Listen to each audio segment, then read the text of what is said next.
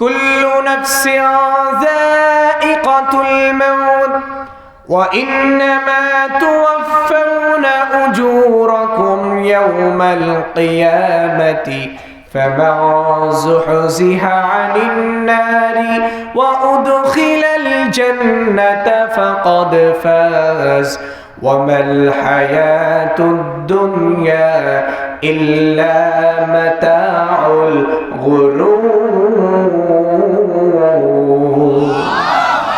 আল্লাহ তাআলা বলছেন আত্মা যার রয়েছে, জীবন যার রয়েছে, প্রত্যেক আত্মাশীলদেরকে মৃত্যুবরণ করতে হবে। ম্যান ইজ মর্টাল, মানুষ হচ্ছে মরণশীল। কিন্তু ওয়া ইন্নামা তুওয়াফাউনা উজুরাকুম ইয়াওমাল কিয়ামা, মানুষ যে আমলগুলো করেছে এই আমলগুলোর বিনিময় কিয়ামতের ময়দানে বান্দাকে প্রদান করা হবে। ফামান যুহজিহা আনিন নার ওয়া উদখিলাল জান্নাতা ফাকাদ ফাজ, আর যে মানুষগুলোকে আল্লাহ তাআলা জাহান্নামের অর্ডার দিয়েছেন, যে মানুষগুলোকে আল্লাহ তাআলা জাহান্নামের সার্টিফিকেট দিয়েছেন, এই মানুষগুলোর মধ্যে থেকে যাদেরকে আল্লাহ তাআলা জাহান্নাম থেকে বের করে নিয়ে এসে জান্নাতের মধ্যে প্রবেশ করাবেন, সেই মানুষ হচ্ছে সবচাইতে বড় সফলকাম। সুবহানাল্লাহ। সেই মানুষ সবচাইতে সফলকাম, সে জান্নাতি হতে পেরেছে। এই জন্য জান্নাতি হওয়ার জন্য আমল করা দরকার। আল্লাহ তাআলা বলেন ইয়াউমা তারাল মুমিনিনা ওয়াল মুমিনাতি ইয়াসআ নূরুহুম বাইনা আইদিহিম ওয়া বিআইমানিহিম বুশরাকুমুল ইয়াওম জান্নাতিন তাজরি মিন তাহতিহাল আনহারু খালিদিনা ফিহা যালিকাল ফাওজুল আযীম।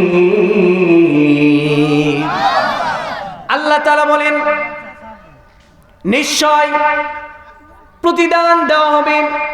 ইয়াউমা তারাল মুমিনিনা ওয়াল মুমিনাত, পুলসিরাতে রাস্তায় পার হওয়ার সময় এমন একটা রাস্তা যেটা চুলের চাইতেও চিকন হবে এবং ধারালো যে অস্ত্রগুলো রয়েছে এই ধারালো অস্ত্রের চাইতেও শত শত গুণ ধারালো হবে। এমন রাস্তার উপর দিয়ে বান্দারা যখন চলতে থাকবে, মুমিন পুরুষ এবং মুমিন নারীগুলো এই চলার মাধ্যমে ইয়াসআ নূরুহুম, আলোগুলো প্রজ্বলিত হতে থাকবে, বাইনা আইদিহিম ওয়া বিআইমানিহিম, তার ডান পাশে বাম পাশে সামনে পিছনে আল্লাহ তাআলা ওই বান্দার জন্য আলো দ্বারা ওই রাস্তাগুলোকে আলোকিত করে দিবেন। সুবহানাল্লাহ। আলোকিত হয়ে যাবে। এই নূরটা কি? নামাজ একটা নূর, রোজা একটা নূর, যাকাত একটা নূর, হজ একটা নূর, পর্দা একটা নূর, দান সাদাকা একটা নূর। সমস্ত কিছু আপনার জন্য নূর হিসেবে আলোক প্রদান করবে। আমরা ঘরের ভিতরে যদি চতুষ্পার্শ্বে 10 ওয়াটের বাল্ব লাগাই চতুষ্পার্শ্বে, তাহলে এটার আলো কত গুণ বৃদ্ধি হবে? 100 ওয়াট বৃদ্ধি হবে, অথবা পুরো আলো মিলে 1000 ওয়াট হবে। হবে কি না? আপনারা আছেন তো আমার সাথে? হবে। তাহলে এক একটা আমলের মাধ্যমে যদি 10 ওয়াটের বাল্ব হয়, তাহলে আপনার ঘরে 1000 ওয়াটের আলো প্রজ্বলিত হবে। আর হাসরের ময়দানে পুলসিরাতের রাস্তা পার হওয়ার সময় এই 1000 ভোল্টের যেই আলো হবে, এই আলোর মাধ্যমে আপনি শেষ প্রান্ত জান্নাত পর্যন্ত পৌঁছে যাবেন। সুবহানাল্লাহ। আর যদি নামাজ এক ওয়াক্ত পড়েন, 2 ওয়াক্ত বাদ দেন, যদি রোজা এক মাস করেন, 2-4 দিন করে তারপর অফ দেন, তাহলে বুঝবেন আপনার ঘরে এক পাশে 5 ওয়াটের বাল্ব জ্বলছে, আরেক পাশে 10 ওয়াটের, আরেক পাশে 20 ওয়াটের। দেখবেন এক পাশে দেখা যাচ্ছে, আরেক পাশে বন্ধ, অন্ধকার। হবে কি না? সেই দিন পুলসিরাতের রাস্তায় আপনার আলোগুলো কমে আসবে, নিভু নিভু করবে, রাস্তা পার হইতে পারবেন না। এই জন্য মুনাফিকরা যাদের কাছে প্রজ্বলিত আলো আছে যাদের কাছে আলোক উজ্জ্বল হারিকেন আছে, এই সমস্ত মানুষদের কাছে মুনাফিকরা যে চাইবে, হে মুমিন ভাই, হে মুমিন পুরুষ, আমাদেরকে একটু তোমার থেকে আলো দাও, যে আলো দিয়ে পুলসিরাতের রাস্তা পার হয়ে ওই পারে যাইতে পারবো। ওই সমস্ত মুমিন পুরুষ মুমিন নারীরা বলবে, ওই যে পিছনের যে সমস্ত মানুষগুলো আসে তাদের কাছে যাও, তারা তোমাদেরকে আলো দিবে। তারা এরকম পিছনে যাবে, পিছনের মানুষগুলো বলবে আবার পিছনে যাও, তারা তোমাকে আলো দিবে। এইভাবে মানুষের কাছে দাঁড়ে দাঁড়ে ঘুরবে, কিন্তু পুলসিরাতের রাস্তা পার হওয়ার জন্য আলো পাবে না। ঠিক কিনা বলে? এই জন্য নিজের আমল গুছায়া নিজে আলোকিত মানুষ হতে হবে, কারণ সেই কবর জগতে আপনার কেউ সাথী হবে না। কবরে আপনার আমল ছাড়া কেউ যাবে না। হযরত ফাতিমা রাদিয়াল্লাহু তাআলা আনহা ইন্তেকাল করার পর আবু যার গিফারি রাদিয়াল্লাহু তাআলা আনহু রাসূলের কন্যা ফাতিমা রাদিয়াল্লাহু তাআলার কবর খনন করতেছেন। কবর খনন করার পর আবু যার গিফারি রাদিয়াল্লাহু তাআলা কবরকে লক্ষ্য করে বলেন, হে খবর, তুমি কি জানো আজকে তোমার ভিতরে কাকে রাখা হবে? আজকে তোমার ভিতরে আখিরি জামানার পয়গম্বর জনাবে মুহাম্মদুর রাসূলুল্লাহ সাল্লাল্লাহু আলাইহি ওয়াসাল্লামের কলিজার টুকরা কন্যা ফাতিমা রাদিয়াল্লাহু তাআলা আনহাকে রাখা হবে। হে কবর, তুমি কি জানো আজকে তোমার ভিতরে কাকে রাখা হবে? তোমার ভিতরে জান্নাতের সরদার দুইজন যুবক হাসান এবং হুসাইন রাদিয়াল্লাহু তাআলা আনহুমা, এই দুইজনের কলিজার টুকরা মাকে তোমার ভিতরে রাখা হবে। হে কবর, তুমি কি জানো আজকে তোমার ভিতরে কাকে রাখা হবে? আল্লাহ রাসূলের জামাই হযরত আলী রাদিয়াল্লাহু তাআলার কলিজার টুকরা স্ত্রী, কলিজার টুকরা সহধর্মিণীকে তোমার ভিতরে রাখা হবে। তুমি তার সাথে কেমন আচরণ করবে? কবর থেকে আওয়াজ আইতেছে, কবর থেকে কোথায় থেকে যেন শব্দ আসতেছে। হে আবু যর গিফারি, এই কবর রাসূলের কন্যা ফাতেমাকে চিনে না? এই কবর হাসান হুসাইনের মা ফাতেমাকে চিনে না? এটা এমন একটা কবর, এই কবর আলী রাদিয়াল্লাহু তাআলা আনহুর স্ত্রী ফাতেমাকে চিনে না। এই কবর চিনে যারা আমল নামা ভালো, তারা আমলের বিনিময় তার সাথে বিচার করা হবে। সুবহানাল্লাহ। রাসূলের কন্যার জন্য যদি এইরকম শব্দ ব্যবহার করা হয়, তাহলে আমার আপনার অবস্থা কোথায়? শেষ প্রান্তরে। এই জন্য কবরের মালসামান আমরা জোগাড় করবো ইনশাআল্লাহ। আল্লাহর পথ ছাড়া অন্য কোনো পথে যদি আপনি আল্লাহর কাছে হিদায়াত তালাশ করেন, কখনোই আল্লাহ কবুল করবে না।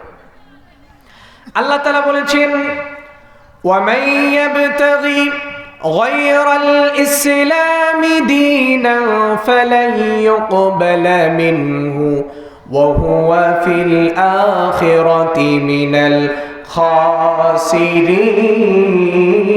খাসিরিন। আরেকটু জোরে বলেন না।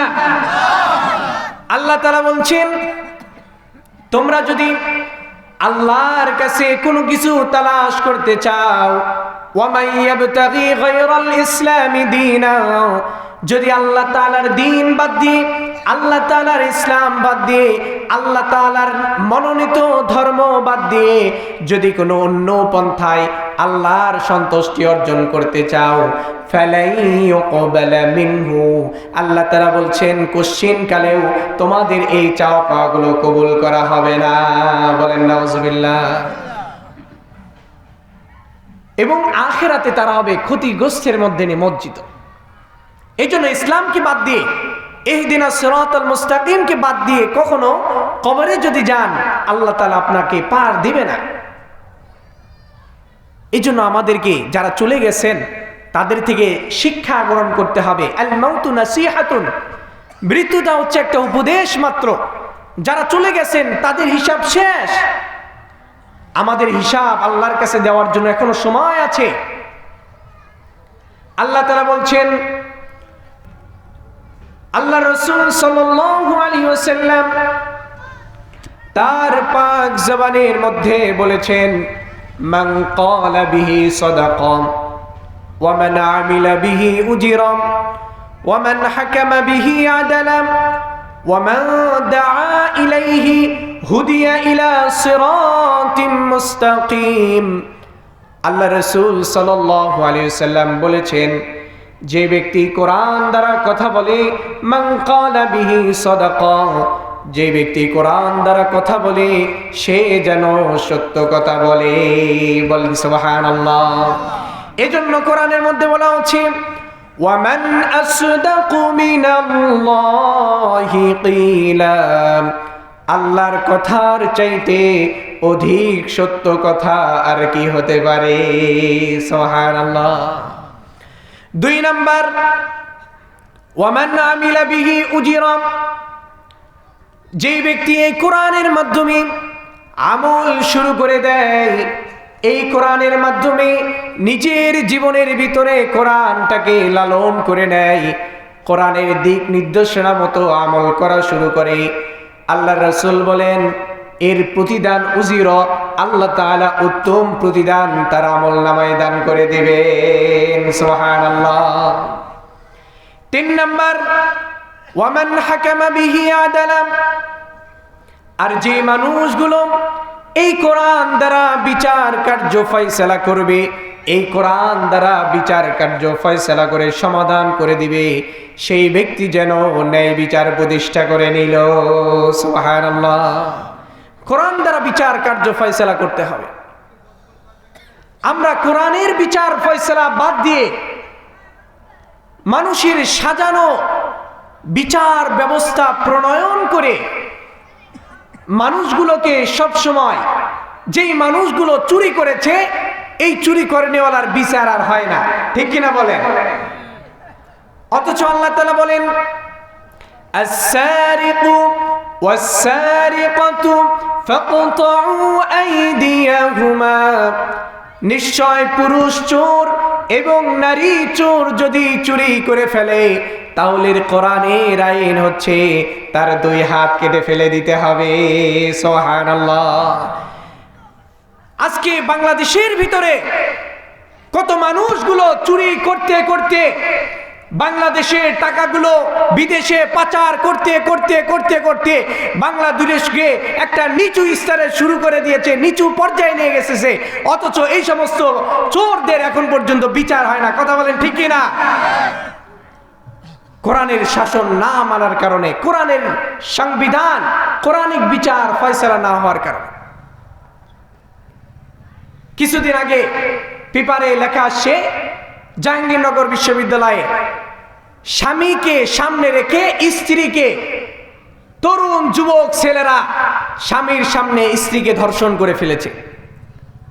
অথচ এখন পর্যন্ত কোন নিউজ শুনছেন তার এত বছর পর্যন্ত বিচার হয়েছে, এত বছরের কারাদণ্ড দেওয়া হয়েছে?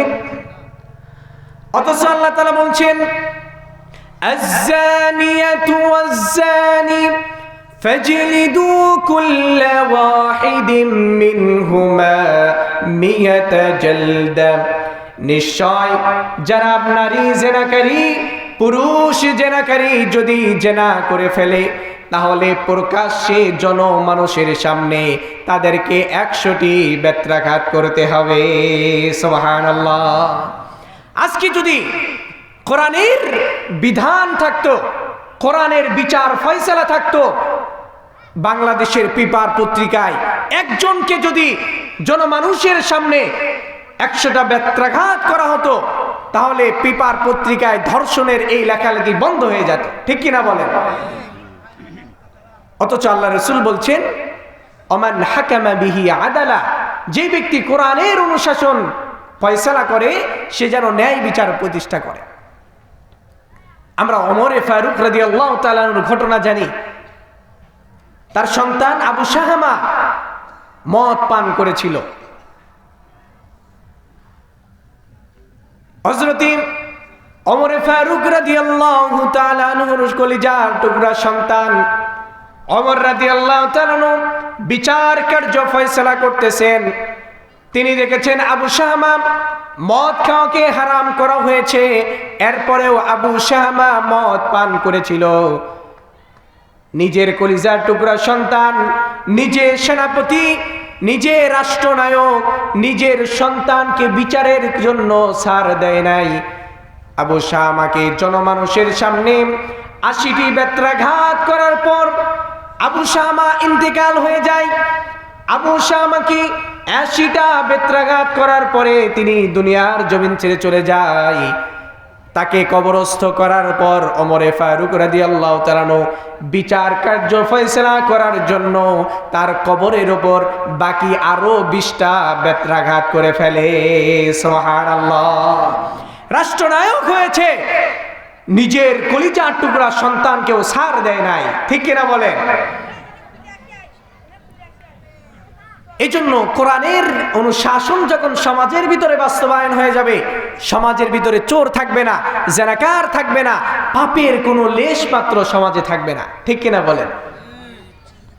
4 নম্বরে ওয়ামা দাআ ইলাইহি হুদিয়া ইলা সিরাতিম মুস্তাকিম।